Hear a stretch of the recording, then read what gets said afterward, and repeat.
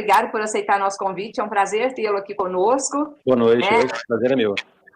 Vai ser um bate-papo muito bacana, muito legal, com certeza. Letícia, obrigada por aceitar nosso convite. Boa noite, é um prazer. Isso.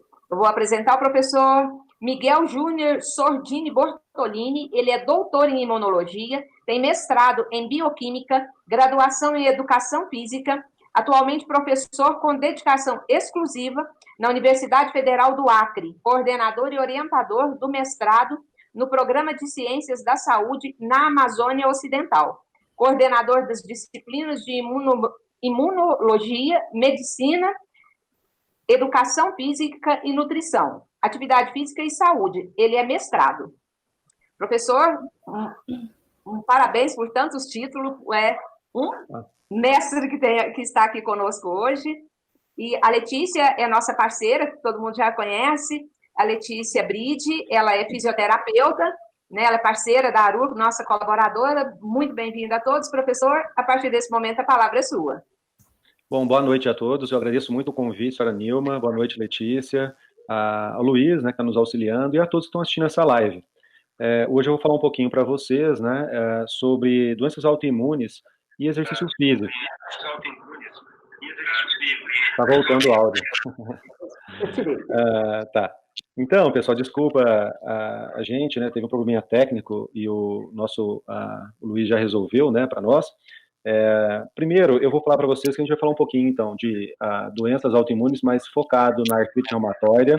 Depois eu vou falar um pouquinho para vocês sobre imunologia, bem resumidamente, básica, né, para depois falar de exercício físico e tratamento, né. Eu vou falar uma coisa para vocês importante.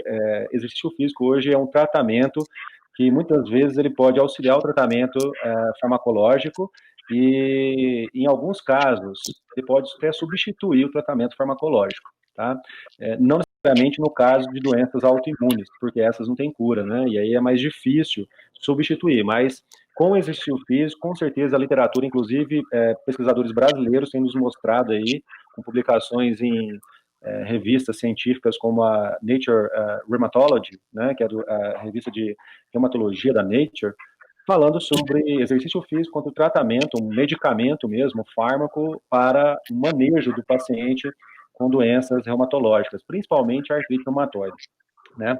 Eu estava comentando antes aqui na live com a senhora Nilma, Letícia e Luiz, pessoa que tem dor crônica não é fácil, né? Essa pessoa ela vai ter um problema grave na vida dela, porque com dor você perde esse prazer que a gente tem de viver, né? No dia a dia tudo fica mais difícil, a relação com esposo e esposa, com filho e filha, você perde a paciência, no trabalho, né? Então essa pessoa com dor crônica no trabalho tem menor capacidade de concentração, nos estudos idem, ela fica com menor capacidade de concentração e assim vai. E aí a gente se depara com as doenças autoimunes. Muitas das vezes o diagnóstico é muito demorado, né? Inclusive se confunde dentre as doenças autoimunes. É muito comum um diagnóstico inicial, ele depois de 1 ano, 2, a pessoa não tinha aquilo, ela tem outra doença autoimune. Né? Então, inclusive isso aconteceu durante uma pesquisa com exercício físico e artrite reumatoide lá em São Paulo. Às vezes, 2 anos depois que você já estava com todo mundo selecionado, o pessoal lá em São Paulo, o colega de trabalho, tinha que dispensar a pessoa, porque a doença autoimune que a pessoa tinha não era artrite reumatoide, né? E aí não servia para aquele estudo, né? Então a dor, e essa dor vem acompanhada por momentos, devido aos medicamentos que se tomam, né? Hoje a gente tem, graças a Deus, os MABs, né, os anticorpos monoclonais, com diferentes nomes aí na indústria farmacológica, né, que geralmente custam bem mais caro, né, 2 mil, 3 mil, até 10 mil reais por mês o paciente chega a gastar, mas eles têm poucos efeitos colaterais e alta eficiência, né. Diferente dos mais baratos, que geralmente ainda se usa muito isso por ser barato, que são os corticosteroides, os imunossupressores, como prednisona, só que esses mais baratos, eles têm efeitos colaterais, como, por exemplo, ganho de peso, hipertensão, então a pessoa acaba ficando obesa, essa pessoa, a médio e longo prazo, ela pode desenvolver algum grau de demência, porque a prednisona leva a isso, né? E aí, hoje, puxando a sardinha para o meu lado agora, né, daqui a pouquinho, eu vou falar para vocês que o exercício físico, ele vai auxiliar muito na redução de medicamentos. Então, ele vai auxiliar tanto na redução de todos os sintomas da artrite reumatoide, como na utilização desses medicamentos, seja os MABs, os anticorpos monoclonais, né, ou seja, os corticosteroides. Infelizmente, eu venho de uma família que eu tenho 3 irmãs, tive uma mãe, ela faleceu de câncer de intestino, uma doença também que é muito evitável com exercício físico, dieta e gerenciamento de estresse. Tenho 2 filhas e uma esposa, então eu sou né, homem no meio cercado de mulheres. E, infelizmente, essa doença é assim também, né? Ela afeta no Brasil em torno aí de 8,9, acima de 8 mulheres para cada homem, né? Então, é uma doença que ela tem maior risco no sexo feminino. E no mundo, uma estimativa, depois pode me corrigir se eu estiver equivocado, mas é em torno de 20 milhões de pessoas que têm essa doença, com uma incidência aí por 1.000 pessoas no sexo masculino de 0,1, ou seja, uma pessoa, 2 a cada 10 mil pessoas, e nas mulheres, em torno de 2 a 4 mulheres a cada 10 mil pessoas. Infelizmente, se você for o sorteado, por que o sorteado? Porque essa doença tem um cunho genético grande. No entanto, como eu disse para vocês, essa doença pode ser manejada, né? Esse manejo, a gente pode, o paciente pode receber medicamento, esse alopático, né, que a gente compra em farmácia, mas ele pode receber outras terapias. E pesquisando no Google outro dia, eu vi que lá se fala da fisioterapia, por exemplo, né? Se fala do manejo psicológico, mas interessantemente não se fala do manejo de exercício físico, de uma forma que eu vou apresentar aqui para vocês hoje, e também da nutrição. E eu vou, como eu dou aula na nutrição, eu não sou nutricionista, não vou ficar aqui dando dica de dieta, nada disso, longe de mim, não quero invadir o espaço de outros profissionais, mas eu vou citar algumas coisas sobre nutrição e sistema imune, tá? Assim como eu vou falar muito de exercício do sistema imune, né? Então, pessoal, o tratamento, para quem não é paciente, quem está assistindo a live, às vezes não é paciente, não tem ninguém na família que tem artrite reumatoide ou outra doença autoimune, é uma doença que a família inteira acaba sofrendo, né? Porque a pessoa, às vezes, é uma pessoa querida, geralmente a pessoa começa a ter essa doença depois dos 30 anos, então, às vezes, ela já casou, já tem filho, e ela tem uma atividade laboral, seja em casa, seja fora, né? Então, é uma doença que as pessoas têm que ter uma força de vontade muito acima do normal da população que não tem nenhuma doença autoimune, né? Então, isso é importante de colocar. No caso das mulheres, como eu falei para vocês, é uma doença de mulheres, e, incrivelmente, os medicamentos que são utilizados para conter o avanço dessa doença, e eu vou falar muito disso para vocês, é frear a doença mesmo, né? Esses medicamentos, se a mulher, no caso, ela não teve filho ainda, se ela começar o tratamento da artrite reumatoide, por exemplo, ela não vai poder ter filho, porque os medicamentos utilizados, muitas vezes, eles têm restrição, né? Eles impedem a gravidez ou não é aconselhado de forma alguma que fique grávida. Imagina o impacto disso num casal, e hoje a mulher, ela está deixando para mais tarde para ter filhos, né? Por exigências de formação, de trabalho. E aí ela deixa para ter depois dos 30 anos e vem uma doença dessa. Então isso afeta muito a vida de um casal, né, da mulher e do casal, porque quando se casam, o sonho às vezes é ter um filho. Eu sei que hoje tem casais que não têm mais essa pretensão, né, mas grande parte da população que se casa, ela quer ter um filho, né? Então, eu não quero me estender muito a isso, mas falar para vocês que as pessoas aqui que não têm pessoas com doenças autoimunes na família, é sofrido, não é fácil ter uma doença autoimune. E como eu disse para vocês, né, o ambiente ele faz diferença no aparecimento dessa doença, mas é uma doença que é multigênica, então ela pode aparecer e ela tem um cunho genético muito grande. Então, a pessoa não escolheu ter a doença. Diferente de outras doenças que eu também vou citar aqui, né, que elas têm um cunho ambiental enorme e não genético, né? Então, eu queria falar um pouquinho para vocês agora sobre o sistema imunológico. E aí eu vou comentando aqui com vocês, mas eu quero compartilhar com vocês aqui uma figura que eu estava falando com o pessoal. Eu falei, olha, às vezes uma figura, ela mostra mais do que qualquer outra coisa, né? Uma figura, ela fala por si só. Então, eu não sei se eu já estou conseguindo compartilhar. Deixa eu ver, eu acho que agora sim, né? Acho que agora eu estou conseguindo compartilhar com vocês. Então, eu quero mostrar para vocês. Está rodando ainda? Não, ela pode passar. Tá, apareceu, tá claro. Eu quero mostrar para vocês, ó. Essa daqui é uma revista Nature Medicine, né, do grupo da Nature, tem várias revistas Nature, e essa figura aqui é fantástica, né, eu uso muito nas minhas aulas de imunologia básica, ou atividade física e promoção da saúde. Aqui a gente tem 3 engrenagens, né, vocês estão vendo uma engrenagem, que é essa daqui onde é o motor de várias doenças que a gente vai ver nessa última engrenagem aqui. E aqui a gente tem a inflamação crônica sistêmica. O que é a inflamação crônica sistêmica? O sistema imunológico, ele vai achar que a pessoa está tendo a invasão por algum patógeno, ele começa a inflamar, liberar substâncias para deixar o sistema imunológico 24 horas por dia, 7 dias na semana, atento, esperando combater um patógeno. Né? Então ele fica gastando energia. Só que isso ligado 7 por 24, isso é prejudicial à saúde. Por exemplo, a pessoa que tem uma infecção crônica, inativo fisicamente, aí eu queria chamar a atenção de vocês, eu sei que o que eu vou falar agora para vocês parece ser até um pouco diferente, o sedentarismo, em breve, ele vai ser considerado uma doença, assim como a obesidade já é, assim como os diferentes tipos de doenças autoimunes já são. Então, a pessoa sedentária, depois eu vou me ater mais essa parte, ela vai ser considerada uma doença. Mas, por hora, ó, a infecção crônica, o sedentarismo, a obesidade, a desbiose no intestino, né, os diferentes tipos de bactérias que a gente tem, por exemplo, a nossa dieta, aqui está um hambúrguer, né, deve ser gostoso, mas a dieta tem que ser adequada nos dias de hoje. O isolamento, né, e o estresse crônico, quase a gente não está vivendo isso nesse momento de pandemia, né? O isolamento, a restrição social e o estresse crônico, por não estar conseguindo ganhar dinheiro porque o negócio quebrou ou porque teve que reduzir salário, né? Distúrbios de sono e medicamentos, xenobióticos.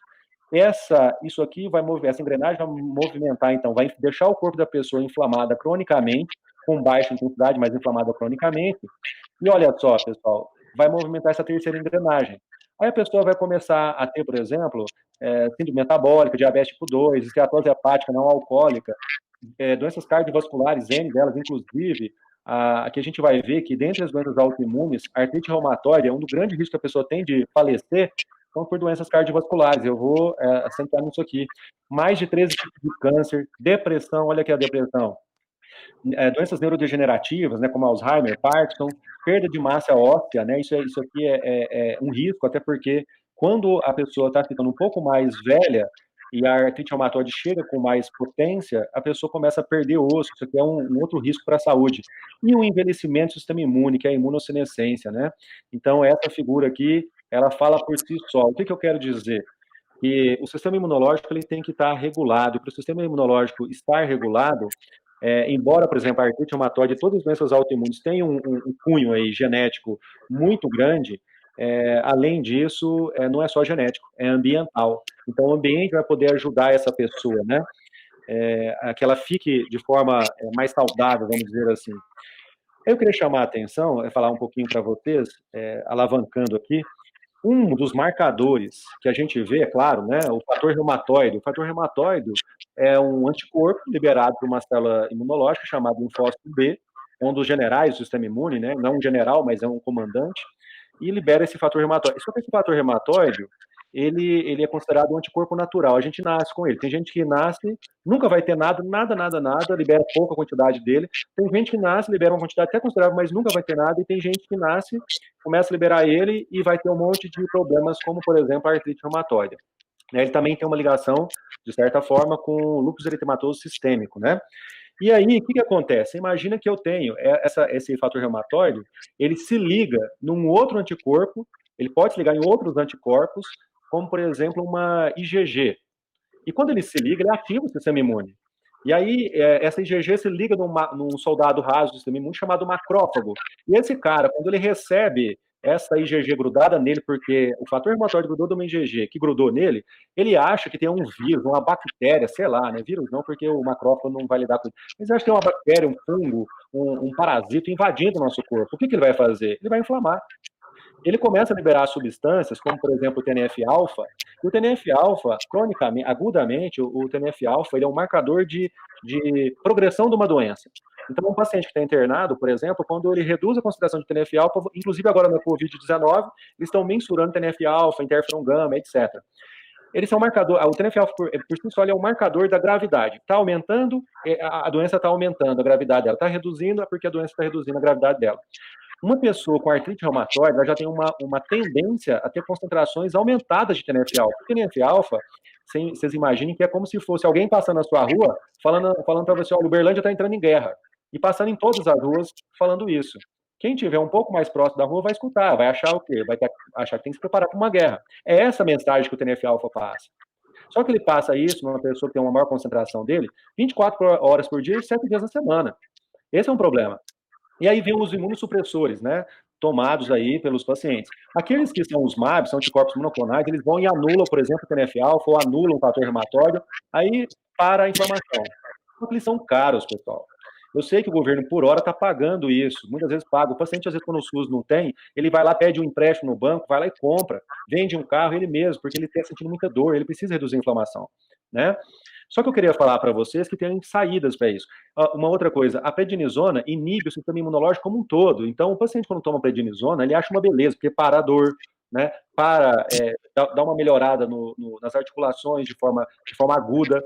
Mas o uso crônico dos corticosteroides tem danos renais, tem danos hepáticos, você fica um paciente hipertenso, você engorda. Engordar é um problema hoje, inclusive para o sistema imune, eu vou explicar um pouquinho para vocês, né? E aí você desequilibra toda a sua vida.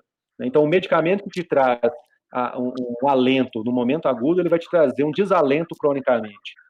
E o outro medicamento que não te traz tanto desalento assim, ele é hiper caro. A indústria farmacêutica não entra nas jogadas, até me desculpem falar isso aqui, mas ela não entra para perder. Um novo medicamento para ser lançado no mercado, ele chega a custar $1 bilhão, 5 bilhões de reais. Vocês acham que ele vai mandar um novo medicamento no mercado por um preço de aspirina, que na época era cara, mas hoje é 5, 10 centavos de real para comprar um comprimido de aspirina? Ele não vai fazer isso, né? Senão ele nem entra para jogar, né? Então, pessoal, a artrite reumatoide, ela por si só, mesmo que a pessoa não tivesse artrite reumatoide, ela já deveria fazer exercício físico. Os porquês eu vou falar daqui a pouco. E um agravante da artrite reumatoide é que ela potencializa um estado de sedentarismo, um estado que você não tem uma dieta adequada, um estado de obesidade. Porque ela produz uma substância, né, ou outra substância também, várias substâncias, como o anticorpo antipeptídico de citronilados, né, que ativam o sistema imune também, direta e indiretamente. Então, elas inflamam o sistema imune, deixa o sistema imune o tempo inteiro ligado. E isso é péssimo. E para piorar a situação, como a pessoa começa tomando medicamentos baratos, esses medicamentos baratos faz com que a pessoa engorde, etc., essa pessoa ela vai potencializar um estado de sedentarismo e obesidade plena. Isso é péssimo para a vida dela, né? Então, dito isso, eu depois posso, quando for responder as perguntas, eu posso me adentrar mais nessa parte imunológica, né? E eu queria só ressaltar que eu esqueci aqui, uma das células, o sistema imunológico, ele tem os generais. Desses generais, a gente tem um general da corregedoria. O general, vamos lá, o general ele não entra no combate, ele manda alguém matar, né? O sistema imune, os generais do sistema imune são as células, os linfócitos TCD4. Dentre esses CD4, hoje a gente tem 5 grandes generais: o TH1, TH2, TH17, TH22 e TH9. E a gente tem um outro general que é chamado T regulatório.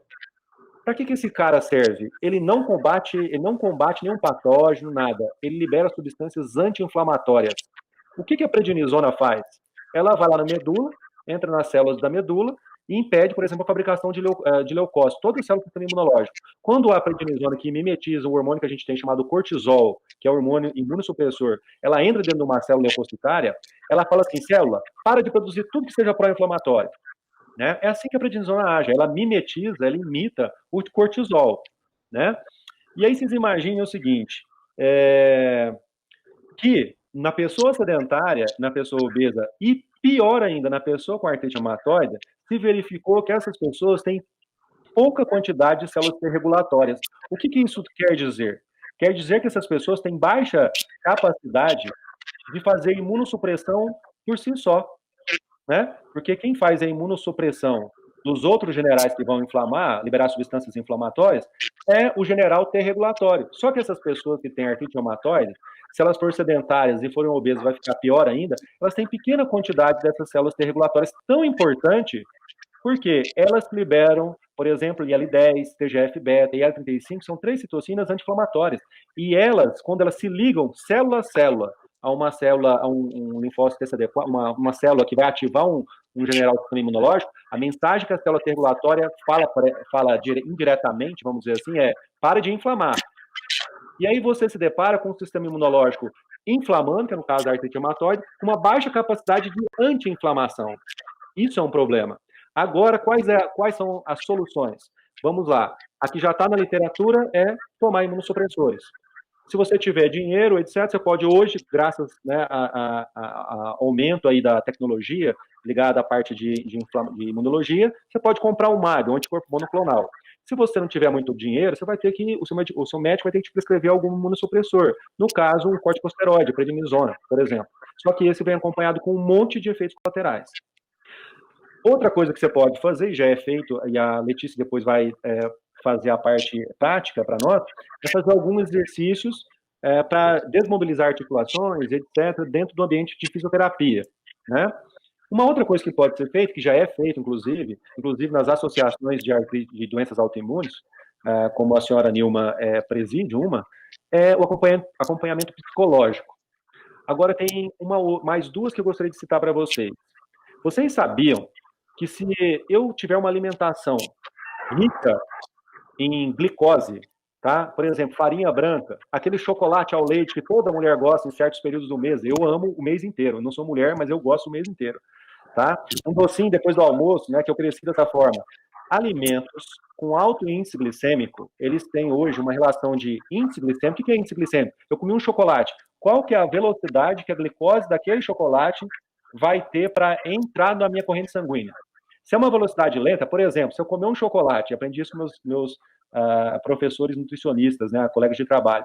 Se eu comer alface, um pé de alface inteiro e comer um chocolate, o índice glicêmico vai ser baixo, porque o alface é uma fibra, e aí vai demorar para a glicose daquele alface entrar na minha corrente sanguínea. E isso é bom.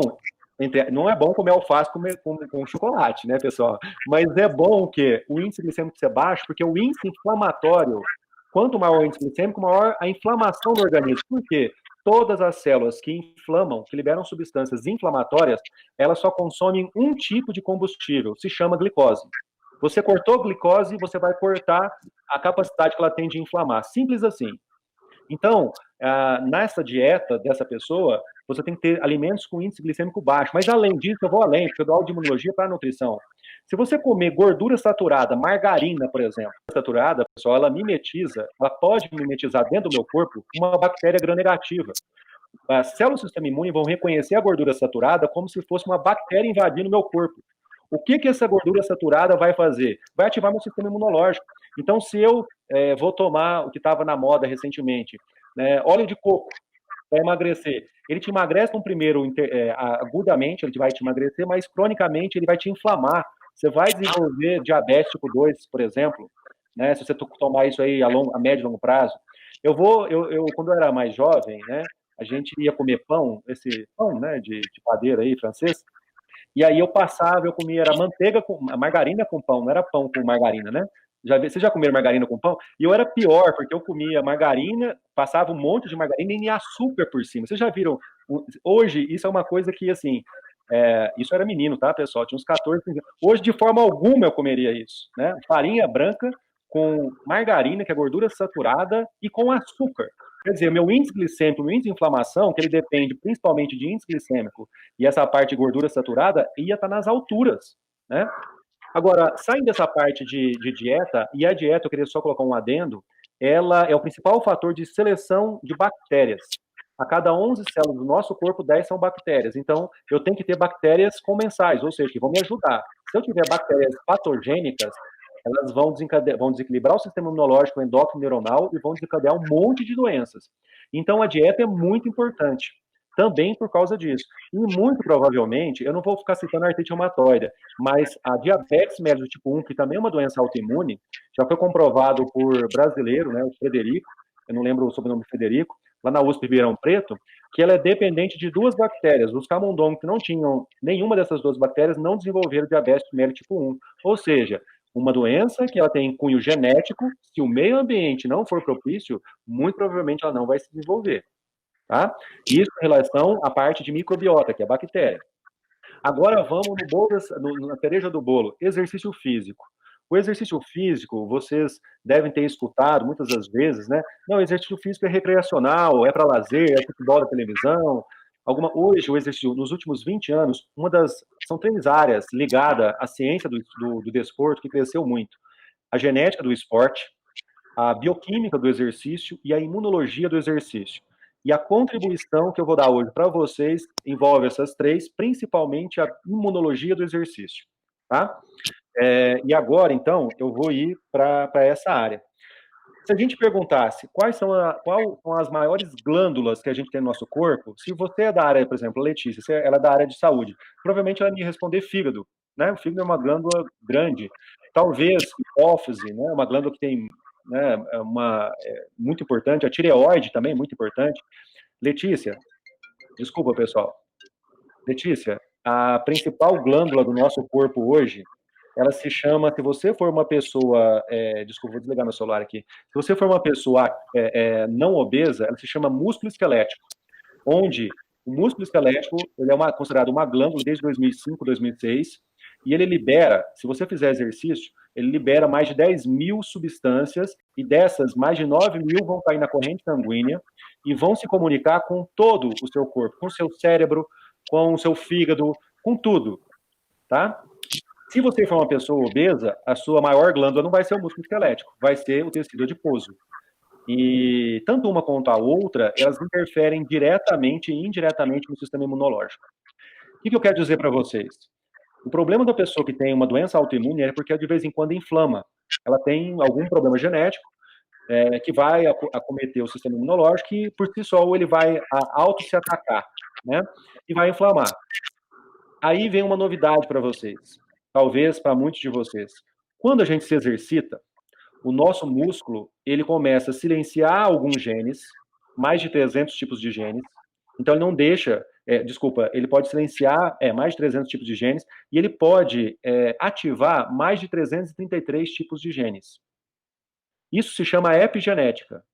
Então, quando eu me exercito, o meu músculo, ele vai estar silenciando genes, geralmente que iriam me fazer mal, produzindo proteínas que vão se comunicar com o corpo, que vão me fazer mal, e está exacerbando a produção, tá, de proteínas, de genes que vão gerar proteínas que vão me fazer bem. Por exemplo, o problema da pessoa que tem artrite reumatoide é que ela inflama demais. Quando a gente faz exercício físico, um aeróbico, por exemplo, eu libero uma substância chamada IL-6. Quem fez imunologia, os imunologistas clássicos, para eles a IL-6 é estritamente pró-inflamatória. Inclusive, se vocês procurarem artigos científicos, eles vão te falar que a IL-6 é pró-inflamatória. Ela é. Agudamente. 1, 2 horas, quando ela é liberada, tá? Ela é anti-inflamatória. Ela é inflamatória. Ela se liga no macrófago, manda ela inflamar mais. Ela se liga numa célula B, manda ela produzir mais anticorpo, por exemplo, ou auxilia nesse processo. Se liga no linfócito e assim por diante. Causa febre, inclusive, ela é pirogênica, né? Só que, quando ela se liga no núcleo paraventricular, lá no cérebro, por exemplo, ela manda produzir uma substância chamada fator de liberação de corticotropina. Esse fator desce um pouquinho, vai na hipófise e manda liberar a CTH, que cai na corrente sanguínea, vai lá na supraadrenal, que é uma glândula que fica em cima dos rins, e manda liberar o hormônio mais imunossupressor que a gente conhece, chamado cortisol. E aí a pessoa vai acontecer o quê? 6 horas depois, a 8 horas depois que ela fez um exercício de meia hora, por exemplo. Ela é como se ela estivesse injetando na corrente sanguínea dela uma prednisona. Só que aquela prednisona, ela não precisou de vir exógeno, ou seja, fora do meu corpo. O meu corpo mandou a adrenal produzir. É algo que já tem no nosso corpo para isso. Tá? Então, o músculo, ele libera IL-6, não é só leucócitos que liberam IL-6, e dependendo do volume do exercício, da intensidade do exercício, etc., eu vou liberar mais ou menos IL-6. Então, hoje, o que eu queria introduzir para todos vocês no vocabulário da ciência do desporto? Né? Introduzir para vocês que tanto o médico prescreve o medicamento, então ele tem que saber a dosagem, a frequência, né? Você vai tomar um medicamento, 1 miligrama de 12 horas. A pessoa que vai prescrever o exercício físico para vocês, ela vai ter que saber da dose que o exercício físico vai causar. Isso é individual e muda. Por quê? Muda porque, por exemplo, a L6, ela só é mais produzida quando o músculo vai degradando glicose. Degradou glicose, produz mais L6. Só que uma das adaptações do exercício físico é ganho de glicose dentro das células musculares. Então a pessoa fica com um limiar mais alto. Ela precisa ou aumentar a velocidade do exercício que ela faz ou o tempo para que ela degrade mais glicose e aí depois produz IL6. Né? Só que além da IL6, que eu acho que é a principal que eu gostaria de falar para vocês, então aqui eu estou falando para vocês uma informação que o exercício físico literalmente está substituindo o medicamento, que é a prednisona, por exemplo. Ele vai mandar produzir, direta e indiretamente, eu falei para vocês a forma indireta, eu esqueci, desculpem. A forma indireta é via hipófise, né? A forma direta, a IL-6 vai lá na supraadrenal e manda produzir cortisol, tá? Então ela atua tanto indiretamente quanto diretamente. A IL-6, por que o pessoal estava tomando óleo de coco? Porque inflama. Quando inflama, libera o IL-6. A IL-6, quando ela chega numa célula de gordura, manda quebrar gordura. Então a pessoa, entre aspas, ela vai emagrecendo, mas isso não é bom se eu ficar inflamado o tempo inteiro. Né? Isso é péssimo. Bom, agora vamos para... O Miguel, você falou que o músculo libera mais de 9 mil substâncias que vão para a corrente sanguínea. Sim, ele libera, por exemplo, também IL-7, IL-15. A IL-15, ela ativa células aqui do abdômen, gordurosas, para degradarem gordura, ou seja, aquele medicamento que você toma que retém gordura aqui na cintura, se você faz musculação, a IL-15 é liberada pelo músculo e vai degradar a gordura visceral, que isso é fator de risco para hipertensão sistêmica, né? Pressão alta. Olha que legal. Quando você faz musculação, então, vocês vão lembrar de mim. Estou malhando aqui, estou liberando uma substância que vai me ajudar a queimar, né? Degradar a gordura visceral. Olha que legal. Né? Só que, além disso, o músculo também libera, por exemplo, a gente chama de receptor solúvel de TNF-alfa. Ué, professor Miguel, mas o que isso tem a ver? Eu não falei para vocês que um dos problemas que o sedentário, mas principalmente sem sedentário, a pessoa que tem artrite reumatoide já tem concentrações de TNF-alfa acima, e isso inflama o corpo dela, causa um monte de problemas para ela. O receptor solúvel, quando ele encontra um TNF-alfa, inclusive alguns MABs que a indústria farmacêutica produz, é idêntico a um receptor solúvel de TNF-alfa. Ele captura o TNF-alfa. E quando ele captura, o TNF-alfa não consegue se grudar em nenhuma célula e causar nenhum mal. Quem faz isso? O músculo. O músculo libera receptor solúvel de TNF-alfa, que é uma proteína que se adere ao TNF-alfa não deixa ele agir, ou seja, uma proteína anti-inflamatória. Além dessa, ele também libera uma proteína chamada IL-1-beta-RA, receptor antagonista de IL-1-beta. É uma substância que se antagoniza a uma outra substância que também acomete a pessoa que tem doenças autoimunes, que é o IL-1-beta. Ele também é anti-inflamatório, essa substância. E outra substância que já é conhecida é a IL-10. A IL-10 também é liberada. Tá? Pelo músculo, vejam só, agudamente, né? Você fez exercício físico, meia hora de manhã, uma bicicleta, e aí eu vou comentar isso, vou dar dicas de exercício físico, você vai liberar tantas substâncias anti-inflamatórias, agudamente. Além disso, Nilma e Letícia, no início da minha fala eu falei, olha, toda pessoa que tem dor, que tem inflamação crônica, ela vai ter dor crônica. O exercício físico libera beta-endorfinas. A beta-endorfina é uma morfina, é um medicamento que é analgésico, né, causa analgesia. Então, no início do exercício, eu sei que a Letícia escuta muito assim, ai, tá doendo, mas passa 10, 15 minutos, a pessoa começa a conversar com você como se nada tivesse acontecendo. Por quê? Tá liberando beta-endorfinas. Então, o exercício físico agudamente, ele é muito bom, tá? Agora, vamos falar de cronicamente, por que ele é bom? Lembra que eu falei para vocês que a principal célula, que é um general do sistema imune, que faz parte da corregedoria, ou seja, ele libera substâncias anti-inflamatórias e manda os outros generais abaixarem, é o T regulatória. Quem faz exercício físico aeróbico aumenta o número e a atividade de células T regulatórias. Pessoas sedentárias e obesas têm muito pouco T regulatória comparado com pessoas ativas e não obesas.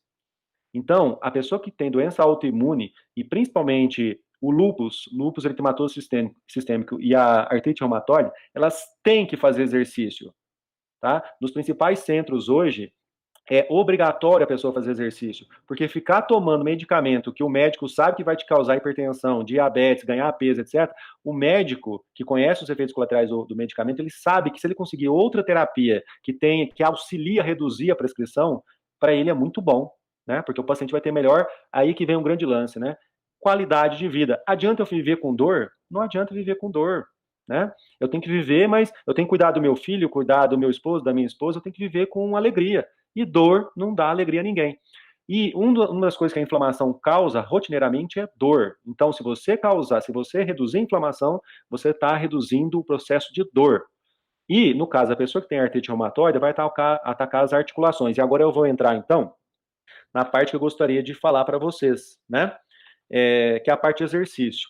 Antes de entrar propriamente no exercício, eu falei para vocês de exercício físico aeróbico, ou seja, um exercício que eu faça, por exemplo, bicicleta, caminhada. Então, muito tempo e rotina, né, frequente. E exercício de musculação. Por que eu já falei do exercício físico aeróbico? Ele é muito bom porque ele aumenta as células Treg, ele manda liberar diversas proteínas anti-inflamatórias. Eu esqueci de uma, viu? Que é irisina. Vocês devem ter ouvido falar porque foi comprovado pelo FRJ, junto com a Fiocruz, Rio de Janeiro, que a irisina literalmente combate a proteína beta-amiloide, que faz desenvolver Alzheimer. E as pessoas que têm artrite reumatoide têm um risco enorme para Alzheimer. Tá? Então, a irisina combate. Sabe o que a indústria farmacêutica está fazendo? Tentando produzir irisina sinteticamente para aplicar nos pacientes que fazem Alzheimer, que têm Alzheimer. Basta a pessoa fazer exercício físico 6 dias na semana que ela vai produzir de graça, quase, a irisina. Né? Mas eu queria falar para vocês o seguinte: musculação. Todo mundo acha que musculação é para a pessoa ficar fortona. Não, esqueça isso, tá? Musculação, e aí eu quero falar, já que eu estou falando com um público, que no caso da artrite reumatoide, a maioria são mulheres, para você ficar forte, você tem que tomar anabolizante, não tem jeito. Porque mulher tem de 10 a 15 vezes menos testosterona no corpo. Então ela não vai ficar forte. Aquelas mulheres que a gente vê que elas estão muito fortes na televisão, de duas umas, ou tem alguma disfunção hormonal, ou está tomando anabolizante. Tá? A musculação hoje é tratamento para a osteoporose, outra doença que acomete a pessoa que tem artrite reumatoide. Tá? Então vamos lá. Só que além disso, quando eu faço musculação, eu ganho força. E aí eu quero falar, não sei se é uma novidade para todo mundo, mas tem estudo de 2018, estudos de 2015 para cá, mas um estudo de 2018 que foi uma meta-análise, que ele demonstrou, que ele estudou vários outros estudos, né, fez estatística de vários outros estudos, ele comprovou que é o seguinte: força muscular e massa muscular inversamente, vamos dizer assim, quanto mais força você tiver, inversamente proporcional à morte precoce, tá? Por diferentes causas, tirando acidente de trânsito, essas mortes que não, né, não tem uma correlação com isso. Mas todas as outras mortes, elas se correlacionam inversamente. Aumentou força, aumentou massa muscular, você vai reduzir o número de morte precoce na população por outros motivos. Tá? E a hipótese que eu coloco aqui para vocês, né, o artigo ele coloca algumas coisas, mas esse músculo ser uma glândula endócrina, que quando eu faço exercício, ele libera um monte de substância que comunica com o corpo inteiro. Né? Então a gente tem que frear as doenças autoimunes. Tem cura? Não tem uma doença autoimune que tem cura. Por hora, não.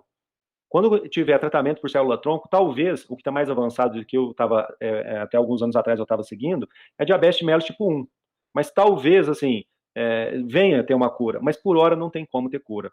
Né? Então a gente tem que viver o melhor possível com a doença, da melhor forma possível. Então o exercício físico. O que eu daria de dica para o paciente? Mas sempre com liberação médica. Olha só, você tem casos de artrite leve e casos de artrite muito severa. Por exemplo, a pessoa que já está com acometimento na coluna, no meu ponto de vista, ela deveria evitar qualquer coisa que forçasse a coluna dela. Por exemplo, até mesmo andar.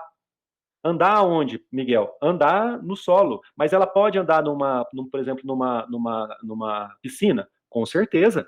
Andar na piscina, eu reduzo o peso do meu corpo. E minha massa é a mesma, mas o peso, o impacto na coluna, no joelho, no tornozelo, é muito reduzido. Né? Então, dependendo da liberação médica, aí eu vou fazer o meu exercício. E a outra dica era, então, assim, de forma geral, não tem impacto. Né? No caso da pessoa que tem uma artrite reumatoide inicial e está conseguindo ter acesso aos MABs, etc., aí eu acho que caminhada, até uma corrida não teria problema. Mas no caso da pessoa que já tem um acometimento, danos são irreversíveis, não, esse não. Esse tem que ter o mínimo de impacto possível. Uma hidroginástica, uma caminhada na água ia resolver muito. Até bicicleta na água tem hoje, né? E uma outra dica seria, eu não estou falando que exercício é um medicamento, então, muitas vezes, a pessoa que tem artrite não tem que tomar, às vezes, um medicamento de manhã no final da tarde. A minha dica é, faça exercício.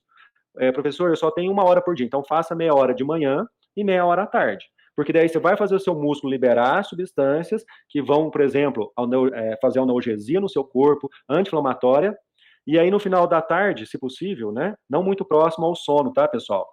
Não muito próximo ao sono. A pessoa que tem alguma doença assim, inflamatória mais grave, ela tem que, pelo menos, fazer o exercício 4 horas antes de querer dormir, por N motivos. Então, assim, no final da tarde, vai lá e faz mais meia hora. E tenha isso como uma rotina, né? As pessoas, infelizmente, a gente acompanha isso, elas querem tomar um medicamento, só que o medicamento, gente, ele vem sempre acompanhado, na maioria das vezes, de um efeito colateral no corpo ou no bolso. Se for o MAB, é no bolso, né? Agora, se não for no bolso, é no corpo. Então, aí tem que ver, né? A maioria da população, a artrite reumatoide, ela não escolhe só gente rica. Ela, ela dá em qualquer um, né? Ela pode ocorrer com cunho genético, então não tem como saber se a pessoa vai ter dinheiro ou não. Né?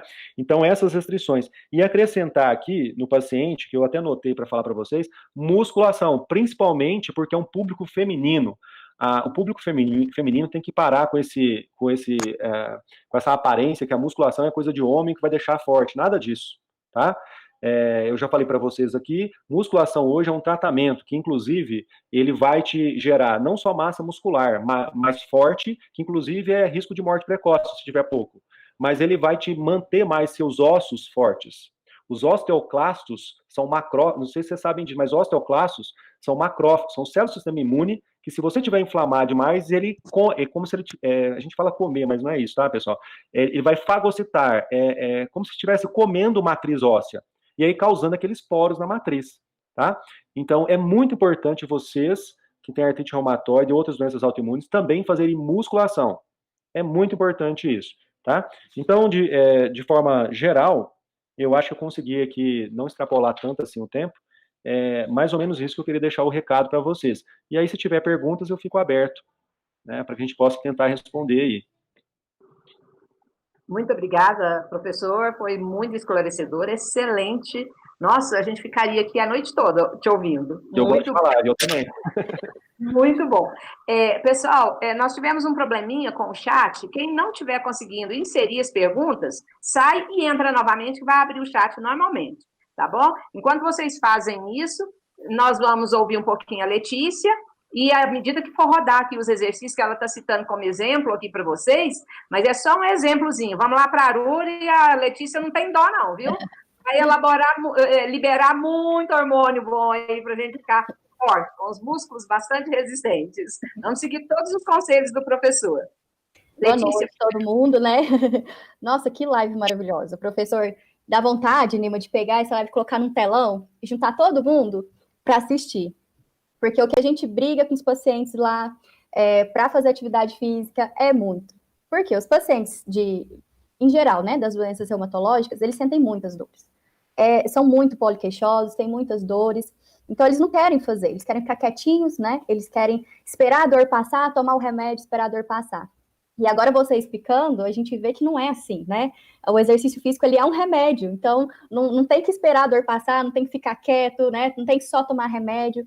Então, essa live é muito importante para os nossos, principalmente para os nossos pacientes lá. Lá eu trabalho na parte ambulatorial, né, na fisioterapia, e também eu trabalho com o método Pilates, na parte de reabilitação também. Então, muitos pacientes a gente tenta desmamar dos aparelhos, né, da fisioterapia, porque eles chegam lá, eu tô com muita dor, eu não consigo fazer isso, eu não consigo fazer aquilo, e eles só querem aparelhos. A gente fala, vamos alongar, vamos fazer um exercício? Não, mas eu não consigo. Então, a gente tem uma certa resistência dos pacientes por causa da dor. Mas conversando com jeitinho, a gente vai encaminhando. Assim que é liberado da fisioterapia, a gente já encaminha para o Pilates, ou para musculação, ou para hidroginástica, né? Então, dependendo da avaliação daquele paciente, igual o senhor mesmo colocou, a gente tem que fazer uma avaliação individual para ver as limitações, o que aquele paciente pode, o que não pode, as atividades adequadas, né, e adaptadas para eles. Então, a gente busca sempre deixar o paciente ativo, né? Fazer qualquer tipo de exercício e deixar ele bem ativo. Antigamente, a orientação para as doenças reumáticas era repouso, remédio. Então, era repouso absoluto e tomar anti-inflamatório, tomar os medicamentos que são fortes. Hoje não, como você mesmo falou, nos estudos a gente vê que quanto mais ativo o corpo fica, mais respostas ele dá, né? Tanto para dor, quanto a questão dos medicamentos mesmo, a resposta nos medicamentos. Então, tem que movimentar, tem que trabalhar e tirar esse padrão, esse medo dos pacientes de dor, que, eu vou fazer, se eu tô quieta e estou sentindo dor, se eu fizer exercício, vai piorar muito mais a minha dor. E não é assim, né? Como foi falado, é um remédio que é para tirar a dor daqui meia hora, depois que você faz o exercício, você sente um alívio, você sente uma disposição melhor, né? Por causa da endorfina, que é liberada, e entre outras substâncias também. Então, assim, eu não vou estender muito, né? Porque ainda tem um videozinho dos nossos exercícios, mas tem alguns pontos que eu gostaria de colocar que são importantes para as pessoas ficarem cientes quanto ao tratamento deles e a importância desses exercícios em cada ponto.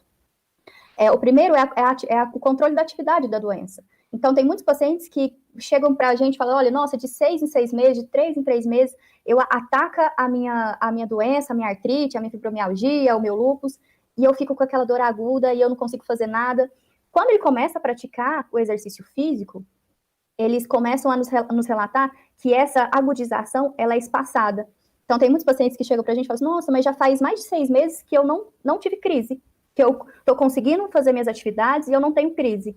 Então, faz o controle dessa doença, né, da ativação dessa doença, o controle da dor, como já foi explicado, tanto por causa da endorfina, né, que é liberada, mas também, pessoal, principalmente as doenças que acometem as articulações, o exercício, entre as articulações, nós temos um líquido, que a gente fala que é o lubrificante das articulações, que é o líquido sinovial. Esse líquido, ele só é produzido perante movimento. Então, quanto mais você ficar parado, menos líquido vai ter, menos lubrificante sua articulação vai ter. Então, mais difícil vai ser para movimentar, mais duro vai estar e mais dor você vai ter para movimentar. Então, tem que movimentar. Para você produzir líquido sinovial, você tem que fazer movimento com a articulação. A preservação da integridade física, então, os pacientes da artrite reumatoide em si, quando a gente pega os pacientes que são mais antigos, que tiveram menos recursos, né, menos estudos, você vê que tem uma quantidade de deformidade muito grande. Então, hoje as pessoas que têm artrite reumatoide, é muito difícil ter uma deformidade.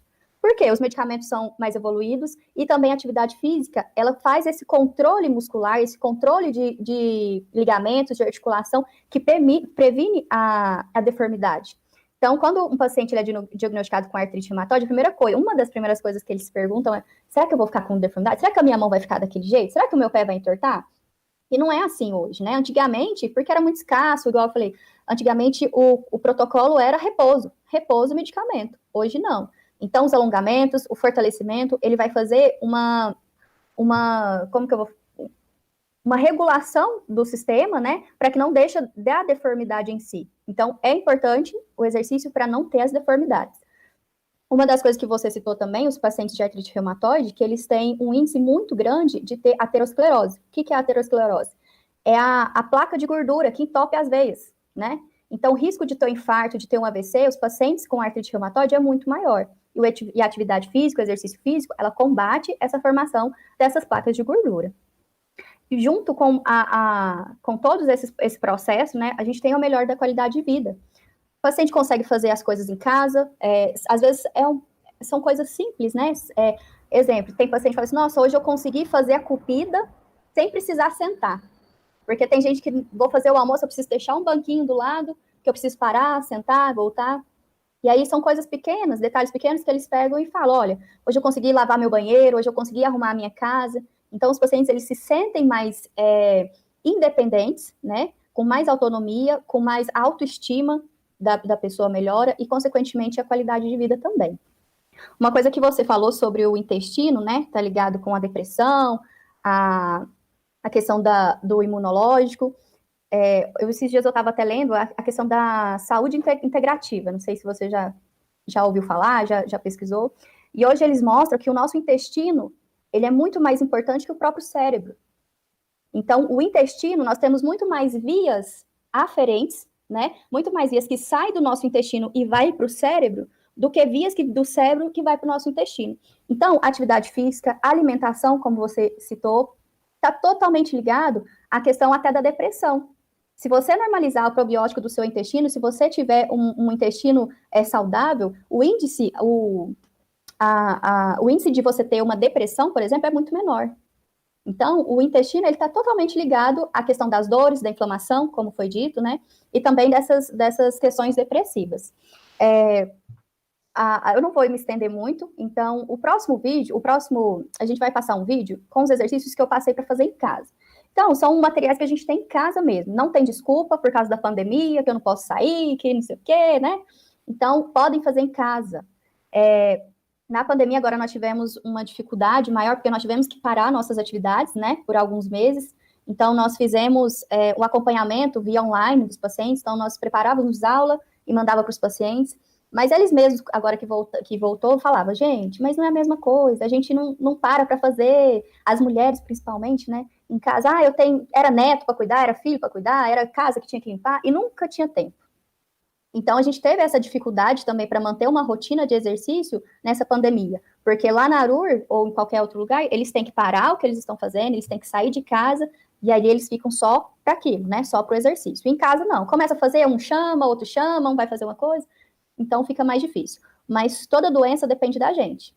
É claro que tem os fatores que não dependem de nós, mas 80% depende da gente, da alimentação, atividade física, da nossa disciplina, né, perante tudo que a gente faz. Então, a gente tem que ficar bem atento e seguir, ter essa disciplina. O vídeo, é você que vai passar, Nina? Tá. Então, como o professor falou, o exercício físico, ele tem que ser feito diariamente. Diariamente. A gente não toma remédio da pressão, não tem que ser todo dia. O remédio do diabetes não é todo dia. Comer, a gente tem que comer todo dia. A atividade física também tem que ser todos os dias. E sempre buscar também alguma atividade que te dê prazer, que seja prazerosa. Isso faz toda a diferença. Não adianta você fazer uma atividade física porque é obrigação. Eu tô fazendo, mas eu não gosto. Meu médico falou que eu tenho que fazer.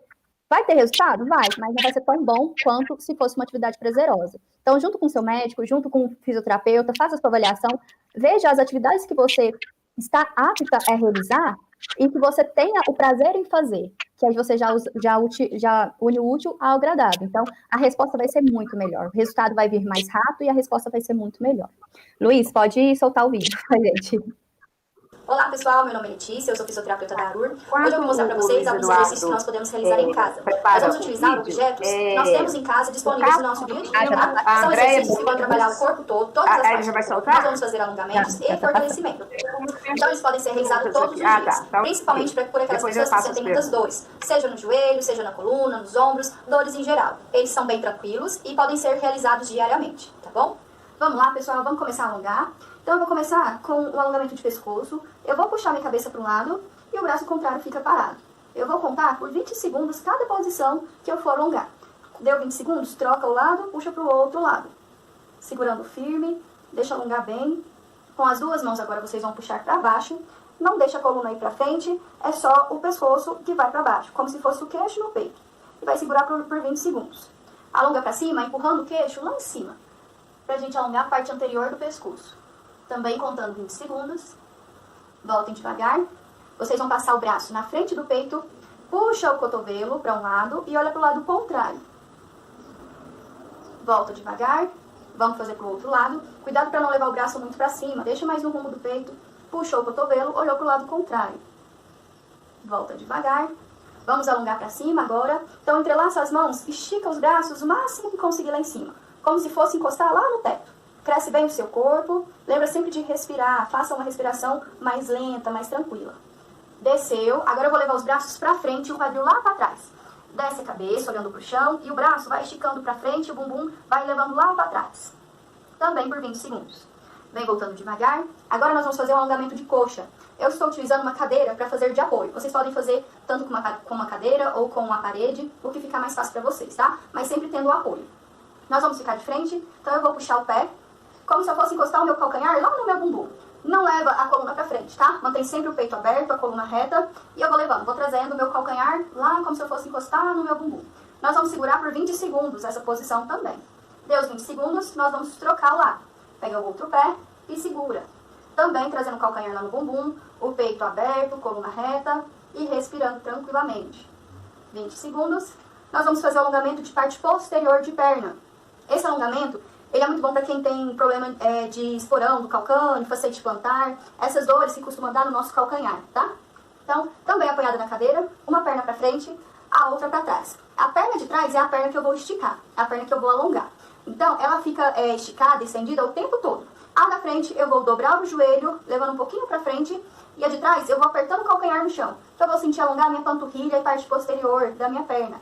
Postura também reta, peito aberto. Deixa alongar por 20 segundos e aí nós trocamos a perna. A perna que estava na frente vai para trás. Perna da frente dobrou o joelho. A de trás apertando o calcanhar no chão. Postura reta. e segura por 20 segundos. Ok. Agora, pessoal, nós vamos fazer exercícios de fortalecimento. Eu vou continuar com a minha cadeira, tá? Eu virei ela mais na diagonal para vocês conseguirem ver melhor o ângulo todo do movimento. Então, eu vou começar fazendo o agachamento. Os pés, eles ficam no rumo do quadril de vocês, tá? Os dedos apontando sempre para frente e a coluna reta. Vocês podem deixar os braços cruzados aqui no peito ou na frente, o que fica melhor, mais confortável. Esse movimento nós vamos fazer de 10 a 15 movimentos. Sempre a postura reta, então vocês vão sentar na cadeira e subir devagar. Sentou devagar, segurando o movimento, subiu devagar também, empurrando o corpo para cima. Sempre olhando para frente, a coluna reta. Nós vamos fazer de 10 a 15 movimentos, tá bom? O próximo é um fortalecimento de coxa. Então, eu sempre falo para os alunos, quando vai fazer em casa, pegar um saquinho de feijão, um saquinho de sal, o que tiver em casa que dê para usar de peso. Amarrar na canela, um de cada lado, e fazer esse movimento. Então, sempre com a postura reta, olhando para frente, eu vou deixar os meus pés bem apoiados. Eu vou esticar uma perna para frente. Sempre que esticar, vem subindo, trazendo os dedos para você, como se eles estivessem olhando para você. Porque esse movimento eu consigo alongar e fortalecer a coxa, tá? Desce devagar, também segurando o movimento. Então, esticou, puxa o dedo para você, desce devagar. Vocês vão fazer também de 10 a 15 movimentos de cada perna.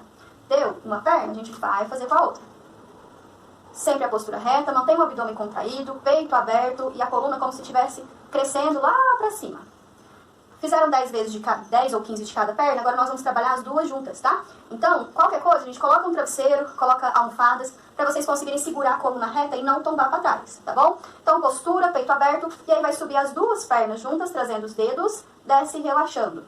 Então, esticou, olhando para frente, desce relaxando. Também de 10 a 15 movimentos, sempre contraindo bastante a coxa. Bom, pessoal, nós fizemos os exercícios na cadeira. Agora nós vamos fazer os exercícios que nós precisamos deitar.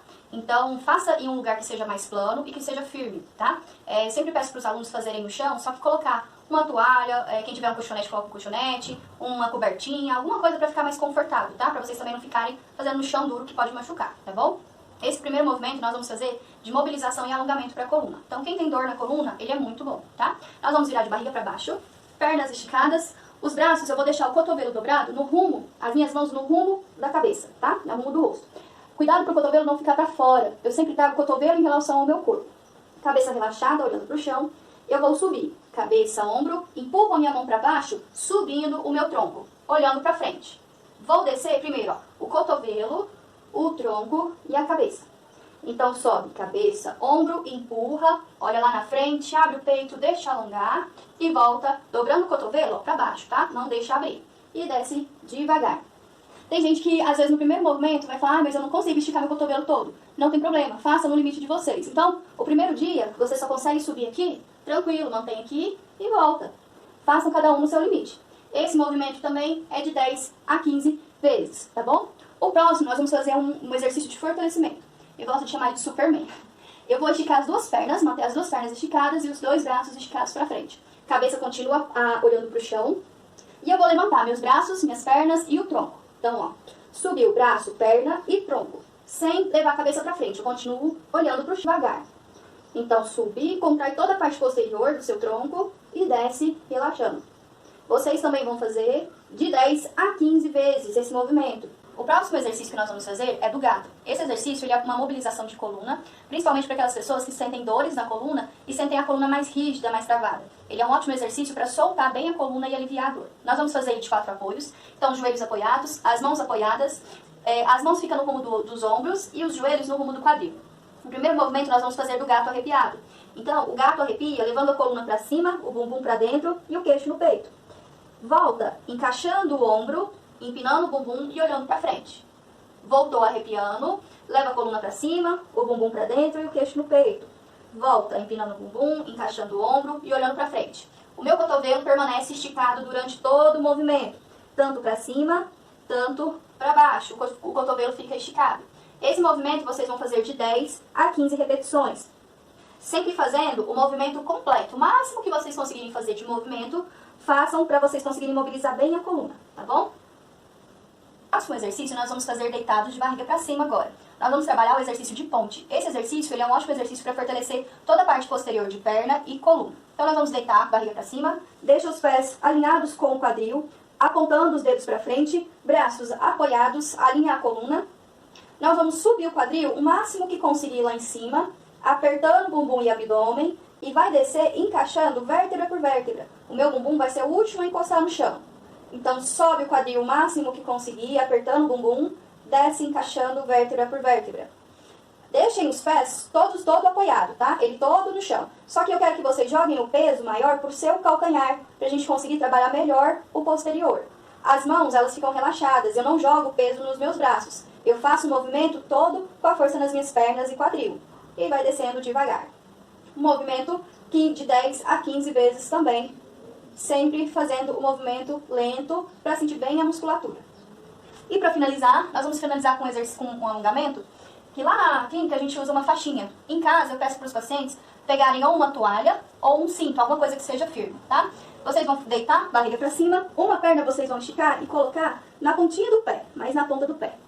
Cabeça apoiada, coluna apoiada, o joelho todo esticado para cima. Se vocês não conseguem esticar o joelho, desce um pouquinho mais a perna até conseguir esticar o joelho. Se eu fizer esse movimento sem deixar o joelho esticado completamente, eu não consigo alongar minha coluna, tá? Aí aqui eu vou alongar só minha panturrilha. Se eu esticar o joelho, eu consigo pegar até lá na coluna.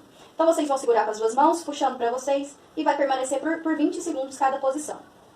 Os dedos sempre apontando para vocês, tá? Não deixa para cima, o dedo é para baixo. Conta 20 segundos no meio, aí vocês vão abrir na lateral, sem deixar o quadril rodar. O bumbum não roda, é só a perna que abre.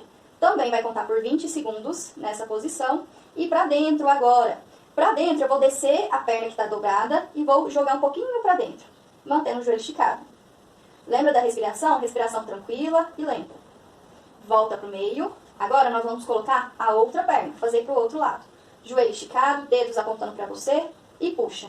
Força nas suas mãos. Procura não tensionar os ombros, tá? Relaxar os ombros, deixar a coluna toda apoiada. Contar 20 segundos. Deu 20 segundos, nós vamos abrir na lateral sem deixar o bumbum rodar e mantém por 20 segundos também. A hora que der os 20 segundos, nós vamos para dentro e a perna de baixo esticou no chão. Mantendo por 20 segundos. Respirando. Volta devagar. Coloca agora os dois pés. Puxa bem para vocês, joelhos esticados, os pés apontando para vocês e puxa. Também segurando por 20 segundos. Para descer, desce devagar, dobrando os joelhos, para não forçar a sua lombar. Abracem os dois joelhos, deixa a coluna toda apoiada, os seus ombros relaxados e puxa o joelho no peito. Conta por 20 segundos e vai relaxando. Ok. Professor Miguel, muitos elogios, de parabéns. Letícia também. Cássio Murilo, Andréia Mendes, Gustavo Lima, parabenizando pela fala, muito esclarecedora. Vamos às perguntas. A Júlia Ribeiro está perguntando, qualquer tipo de musculação? Bom, eu até pensando aqui nisso, né, e na fala da Letícia, vamos lá, né? O exercício físico aeróbico, a pessoa vai conseguir produzir mais beta-endorfinas, né? Nessa perspectiva, uma vez que essas pessoas que com o andar aí da desencadeada doença, elas sentem mais dores, eu acho que seria muito propício pensar num protocolo que a pessoa pudesse fazer uma meia hora de exercício físico aeróbico, como bicicleta, se ela não tiver cometimentos na coluna, né? Ou hidroginástica, alguma coisa assim, andar na piscina, nem precisa ser hidro, e depois ela sai dali e vai fazer um leg press, ou um hack, exercício para as pernas. O membro inferior é muito importante para reduzir morte precoce, né? Então, assim, ela está me perguntando, qualquer exercício? Olha, a Organização Mundial de Saúde, ela preconiza, para uma pessoa que não tem doença autoimune, né? Ela preconiza 150 minutos de exercício aeróbico por semana, moderado, ou 75 minutos intensos. Eu não recomendo para pessoas com doença autoimune exercício físico vigoroso, que é esse muito intenso, por N fatores. Ela tem maior risco cardiovascular, etc. E 2 vezes por semana, para grandes grupos musculares, fazer exercício físico resistido. Então, uma dica que eu queria deixar para vocês, eu sei que não é fácil fazer exercício, né, que realmente dói, mas após 10, 15 minutos de um exercício físico aeróbico moderado, então que a pessoa esteja andando uma velocidade na esteira ou em algum lugar, ou andando na piscina, ou se exercitando na piscina de alguma forma, ela depois sai e vai fazer um leg press, que o leg press ele vai envolver uns 60%, 70% da musculatura geral do corpo da pessoa, porque a pessoa tem que travar a coluna, ela tem que se estabilizar, ela tem que puxar com os braços no aparador de braços, e ela tem que fazer exercício com as pernas, né? E então aí eu acho que seria uma jogada legal, que é a pessoa, então, faz o aeróbico primeiro, para poder liberar as beta-endorfinas com maior quantidade. Como ela vai sentir menos dor, aí ela vai para a musculação. Ou até mesmo mesclado, se ela estiver fazendo exercício na musculação, como esteira, bicicleta, elíptico, qualquer exercício desses aeróbicos, assim que ela começar a sentir menos dor, ela vai intercalando. Faz uma série, por exemplo, de 20 no leg press, vai para a esteira, fica 5 minutos, volta para o leg press, vai para a esteira. Aí ela vai conseguir, porque o exercício de musculação, ele até libera beta-endorfinas, mas ele não libera igual o aeróbico. Então, a dica eu acho que seria essa, né? A Regina Iano está perguntando, professor Miguel, por que eu estou em remissão e não consigo ficar sem o corte? Pois é, né? Eu li essa pergunta. Olha, essa parte eu vou só falar, mas eu não quero intervir na prescrição médica, tá? Olha, eu vou aliar com uma outra pergunta que eu vi aqui. Perguntou assim, o medicamento biológico, os MABs, né? Ela colocou nomes ali comerciais na pergunta, mas na realidade são os MABs. Primeiro, o que é um MAB? É um anticorpo monoclonal. Esse MAB ele é produzido num organismo ou por um hibridoma, né? E por que ele é caro? Você compra microgramas, ou seja, você compra a milionésima parte de 1 grama e você vai pagar R$2.000. Ele é caro, mas ele quase não tem efeito colateral. Os MABs quase não têm efeitos colaterais, no caso, quando são para anular inflamações. Tá? Tem outros MABs para a parte de câncer, oncologia, e aí eles vão mais fundo nisso, aí alguns trazem efeitos colaterais porque eles realmente têm que imunossuprimir demais o organismo da pessoa, dentre outros efeitos. Mas no caso desses ali, os efeitos colaterais são muito brandos. E aí me perguntou assim, vem prednisona junto? Não, não vem, a não ser que seu médico prescreva junto. Mas são 2 medicamentos totalmente... brincadeiras à parte, senhora Nilma, é como se fosse assim, alguém te convida para comer uma picanha importada, né, da Argentina, e no meio da picanha quer que você come um colchão duro. Não dá. Não vai dar. Então é mais ou menos assim, se você tem acesso a uma picanha importada, ou seja, se você tem acesso uma picanha bonita, né, vamos dizer assim, você tem acesso a algo que custa muito caro e tem muito efeito colateral, não teria muito um porquê, junto com ele, te dá uma prednisona que tem um efeito geral, não é específico, e ela tem muito efeito colateral. Agora, geralmente, é prescrito isso porque a gente sabe, né, o SUS é maravilhoso, mas infelizmente as pessoas coordenam o SUS. Então, às vezes, por algum motivo, está faltando medicamento lá na ponta.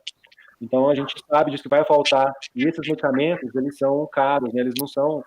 não estão em qualquer farmácia de qualquer PSE, de qualquer UPA, né? Então, eles têm uma restrição. E aí, assim, infelizmente, talvez ela precise tomar porque ela está inflamando ainda. O médico dela deve estar fazendo acompanhamento hematológico, vamos dizer assim, né? E verificando que tem marcadores no hemograma, alguma coisa, que ela ainda está inflamada. Então, ela precisa reduzir a inflamação. A dica que eu daria para ela, além do que ela já tem feito, é verificar a dieta e exercício, é claro. A dieta, porque muita gente faz exercício, mas faz exercício para comer, né? É o que a gente brinca. O cara malha às 8 horas para gastar o café da manhã. Aí não dá muito, sabe? Então, assim, a alimentação, se não vier junto o exercício e a alimentação, inclusive, não é eu que estou falando, não, hein? 2.300 anos atrás, Hipócrates, que era um filósofo e também médico, ele fez a primeira prescrição de exercício físico. E ele é o pai da medicina moderna. Ele falava assim, se a gente encontrar a dose, vamos dizer assim, correta de alimentação e exercício físico, a gente vai encontrar a forma mais segura para ter saúde. Ele falou isso há 2.300, 2.400 anos atrás. Esse conhecimento não é de hoje, mas já tem um livro de medicina, que é da medicina ayurvédica, que foi o primeiro livro escrito de medicina no mundo, né? Ele tem lá mais de 100 passagens sobre exercícios físicos, falando para melhorar a saúde, mas ele também tem um monte de passagens sobre dieta, esse cuidar da cabeça, que é o gerenciamento de estresse hoje, né? Então isso é muito importante. Eu queria corroborar um pouquinho sobre o que a Letícia levantou, que eu esqueci de falar, né? Está numa anotação minha. A arteriosclerose, que é o envelhecimento dos vasos, né? Quando a gente começa a ter uma dieta rica em gordura ou glicose, se for glicose, vai virar gordura no fígado. Se for gordura, vai ficar como gordura, né? Então a gente vai despejar isso tudo na corrente sanguínea. Além disso, pessoas que têm uma dieta muito rica, que come mais do que deve, aumenta a produção de colesterol. Isso vai lá na corrente sanguínea. E aí eu fico brincando com meus alunos, porque quem faz a limpeza disso, a limpeza dos vasos sanguíneos, é uma célula do sistema imunológico chamado macrófago. Só que quando ele vai fazer essa limpeza, se ele, literalmente, se ele comer gordura demais, comer esse amaranhado que fica aquele ateroma ali, né, aquela plaquinha ali, ele vai ficar gordinho. E ele não consegue sair do lugar e nem metabolizar aquele excesso vamos dizer assim, de resquício que ele fagocitou, que ele comeu. E ele acaba morrendo ali. E ao invés, então, de resolver o problema, ele acaba aumentando o problema. E aí vem de novo o exercício físico que eu queria falar para vocês. O macrófago que melhor faz isso é o pró-inflamatório, chamado na literatura como M1. Só que quando a pessoa é sedentária, se ela for sedentária ou obesa, ela vai tender a ter uma desregulação desse macrófago, ele vai ficar mais fraquinho. Ele vai ter menos capacidade de fazer fagocitose e limpar os vasos. E ele vai morrer mais ali, né? Além disso, por causa da inflamação, eu citei para vocês do TNF-alfa, o sangue fica mais viscoso. O paciente com artrite reumatoide, ele tem sangue mais viscoso, principalmente quando o TNF-alfa está em concentrações maiores. Então, quando eu faço exercícios, se eu removo, inibo a produção de TNF-alfa, porque eu libero substâncias anti-inflamatórias, e removo o excesso de TNF-alfa, eu já elimino a causa do problema da viscosidade do sangue, tá? Então, o sangue de uma pessoa ativa, ele fica mais ralo. Então, a pessoa não fica hipertensa. E eu queria alertar a vocês, porque se vocês fizerem um levantamento, dentre os pacientes que têm artrite reumatória, se não for 80%, 90%, de 80% a 90% vai ser hipertenso. E um dos primeiros medicamentos que o médico prescreve, ele tem que prescrever, porque é risco eminente de morte, é um inibidor de um receptor de uma substância que angiotensina 2, que é a losartana, por exemplo. Esse quase não tem efeito colateral, mas ele é muito fraquinho. Então, logo, logo, o médico já tem que dar um inibidor da enzima que fabrica essa substância, que é a angiotensina 2. Esse medicamento, esse inibidor da ECA, que é o enalapril, por exemplo, o enalapril, e o captopril, ele inibe essa enzima, mas não inibe só essa enzima no endotélio, nos vasos sanguíneos, ele inibe no corpo inteiro. Inclusive, ele inibe, sabe aonde? Nas células leucocitárias, como os linfócitos CD8 e natural killer, que combate vírus, que combate célula cancerígena. O que eu quero dizer para vocês? A pessoa que é hipertensa crônica, e ela toma esse medicamento durante vários anos, ela aumenta o risco de ter câncer e diminui a capacidade de combater patógenos comuns, como o SARS-CoV-2, que é o vírus da Covid-19. Né? Então, isso é grave. Então, não sei se vocês entenderam, se a pessoa que tem uma doença, ela não fizer algo que depende dela, como a Letícia falou, né, ela vai correr o risco de não ter só artrite reumatoide. Ela vai correr o risco de ter hipertensão, né, de ter problema renal, de ter problema cardíaco, de ter problema hepático, aí ela vai ter aterosclerose, que é o envelhecimento dos vasos, daqui a pouco ela tem um acidente vascular encefálico, daqui a pouco ela tem um infarto, e assim vai. Então, o problema, o buraco tá mais embaixo, né? Desculpa, pessoal. O buraco tá mais embaixo, né? Então, é importante que a pessoa se mantenha sempre ativa, né, nesse sentido, tá? E o exercício físico afina o sangue. Então, eu esqueci de falar para vocês, o terceiro medicamento que o médico vai escolher para tentar tratar o paciente hipertenso é os diuréticos, a hidroclorotiazida, por exemplo. Aí a pessoa trata a hipertensão por causa da prednisona que ela está tomando lá para combater a artrite reumatoide, e ela acaba ficando, é o que a gente começou, né, antes de começar a live, ela acaba ficando um renal crônico e dependendo depois de 10 anos, de uma hemodiálise, vai sofrer triplamente. Eu sei que vocês que têm artrite reumatoide estão nos escutando aqui, vocês sofrem muito, mas olhem para o lado, porque tem outras pessoas que sofrem muito, como, por exemplo, o renal crônico, que depende de uma máquina para limpar o sangue dele 12 horas por semana, 3 vezes de 4 horas, né? Então, isso é grave, sabe? Bom, eu acho que eu peguei outras perguntas ali, mas pode me falar, que eu depois cedo. Eu acho que você contemplou várias outras perguntas. Só queria falar um pouquinho sobre a depressão, porque na fala da Letícia me chamou muita atenção, e outro dia eu vi um documentário, né, sobre artrite reumatoide. Inclusive, ele está disponível no Amazon Prime. Lá eles têm uma série que é saúde, não sei o quê. Tem um documentário só sobre artrite reumatoide. Depois eu posso mandar para vocês mandarem para os pacientes, né? A depressão é uma doença quase que exclusivamente imunológica, tá? Então, esse negócio de falar que depressão, ela pode ser... Aí que vem. Como que eu vou desregular o sistema imune? Se eu sou um cara muito estressado, eu vou desregular o sistema imune. Se eu não como bem, eu vou desregular o sistema imune. Se eu não tenho uma microbiota bactérias no meu intestino, na minha cavidade bucal, etc., legal, assim, comensal, que não me faça mal, eu vou desregular o sistema imune. Se eu não faço exercício, eu vou desregular o sistema imune, tá? Mas eu queria bater muito nessa tecla, exercício, depressão e artrite reumatoide. O que acontece? Se eu desregular o sistema imune, ele vai inflamar mais. E tem um tipo celular que, inclusive, ele está maior concentrado. Eu até me fiz essa pergunta numa revisão que eu estava lendo outro dia sobre doenças autoimunes, que é monócito. Tem uma célula do sistema imune chamada monócito. O nosso cérebro, ele não pode ser invadido qualquer hora por células do sistema imunológico, porque ele não pode inflamar.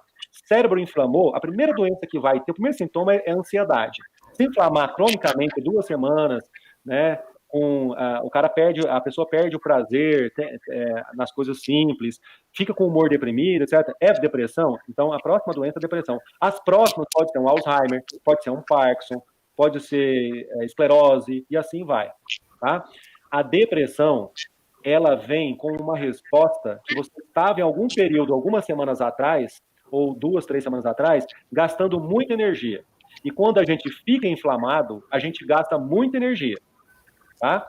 A pessoa que não está fazendo o gerenciamento correto da artrite reumatoide, como que o organismo dela fica inflamado? O que ela vai ter? Depressão. O que ela tem que fazer para combater a artrite, a depressão, a hipertensão, a esteatose hepática não alcoólica, exercício físico, dieta e gerenciar a cabeça. É gerenciar o dia a dia. Tem gente, senhora Nilma e Letícia, que fica irritado porque uma louça não foi lavada logo depois do almoço. Né? Então, por que ficar irritado se uma louça não foi lavada? Talvez não pode ser lavado 2 horas depois, 1 hora depois.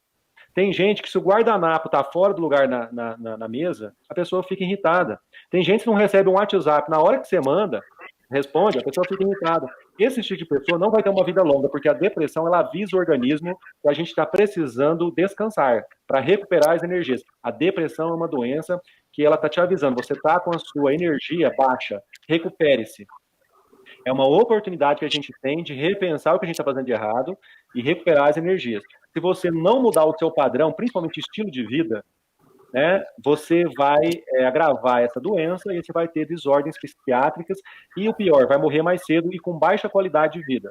Eu queria alertar isso para vocês, porque em 2030, ainda mais com uma pandemia que a gente está vivendo agora, vai ser a doença que mais, indiretamente, mais vai matar pessoas. É a depressão. Então, a gente tem que cuidar da saúde mental, mas a saúde mental, ela depende do sistema imunológico. O sistema imunológico depende ele é multivariado, né? Então, eu queria falar isso para vocês, porque eu acho muito importante, porque a pessoa... Vocês lembram que eu mostrei uma figurinha para vocês ali mais cedo? O primeiro motor daquela engrenagem era inflamação crônica. Lá tinha um barbeirozinho, né, que mostrava isso. Mas a artrite reumatoide é uma inflamação crônica. Então, a pessoa ela tem muito maior risco de ficar deprimida. E se ela se entregar, se ela não escutar a Letícia durante a aula, se ela não escutar o médico, se ela não escutar o psicólogo, não mudar aquilo que está errado na vida dela, ela vai cair numa depressão e ela vai baixar a qualidade de vida e vai morrer mais cedo. A gente não quer que as pessoas morram mais cedo, mas as pessoas têm que escutar os profissionais da saúde, porque senão aí fica difícil. Né? Desculpa ter te interrompido, senhora Nilma. Não, tranquilo. Excelente sua colocação, maravilhosa. Nossa, a gente pode adotar e levar para a Naruto, Letícia? Nossa, por favor. Faça um mês lá na Naruto, por favor, amanhã, tarde, noite. Vai fazer muito bem. Obrigado. Bom, tem uma pergunta aqui que é da Silvana Cardoso. Tá. Ela é também fisioterapeuta e fundadora da Naruto também. Assim. Olha que legal. A Silvana está perguntando para você, professor. Como você maneja com os idosos com indicação de prótese de joelho, pouca possibilidade de uso de medicação e a atividade física? Esse aí tá bem delicado, né? Mas você sabe que isso é um assunto que é muito sensível para mim, porque eu fui atleta e rebentei os 2 joelhos muito cedo, os 2 cruzados anteriores com meniscos mediais. Né? Então, hoje, infelizmente, eu rebentei com 20 anos, 20 e poucos. Hoje eu tenho 43 e eu tenho artrose de grau 2. Logo, logo eu vou ser um paciente que vai precisar de uma prótese, né? Tomara que eu não tenha artrite reumatoide, eu acho que o risco para mim reduziu, né? 43 anos. Mas assim, toda pessoa que tem dificuldade, principalmente joelho e coluna, ela tem que reduzir ao máximo o impacto. Por exemplo, vamos esquecer essas pessoas por hora, mas para responder essa pergunta. As pessoas às vezes não sabem disso, mas se eu estou caminhando e eu passo a correr, o simples motivo de eu passar a correr, a biomecânica do joelho, eu aumento a força que o meu joelho vai exercer ali para fazer aquela corrida em 3 vezes o peso que a massa corporal que está acima do joelho. Então, se a pessoa já sabe que tem artrite reumatoide, para que vai correr? Anda, vai andar. Né? Ou, se ela já tem alguma doença que já agravou, no caso, tem prótese de joelho, é porque já teve, né, é muito avançado o grau. E é idoso, a gente tem que lembrar de 2 coisas. Como que é o nome dela mesmo? Desculpa. Silvana. Silvana. A gente tem que lembrar de 2 coisas, Silvana. Primeiro, a pessoa idosa, ela tem um sistema imunológico já envelhecido. Tá? E ela deve ter um sistema imunológico mais envelhecido que a idade que está na carteira de identidade dela. Por que eu estou dizendo isso? Porque se ela tem artrite reumatoide, ela está com inflamação crônica há várias décadas. E a inflamação crônica, quando eu vou reparar o meu tecido, sabe qual que é o sistema que coordena reparo tecidual? O sistema imune.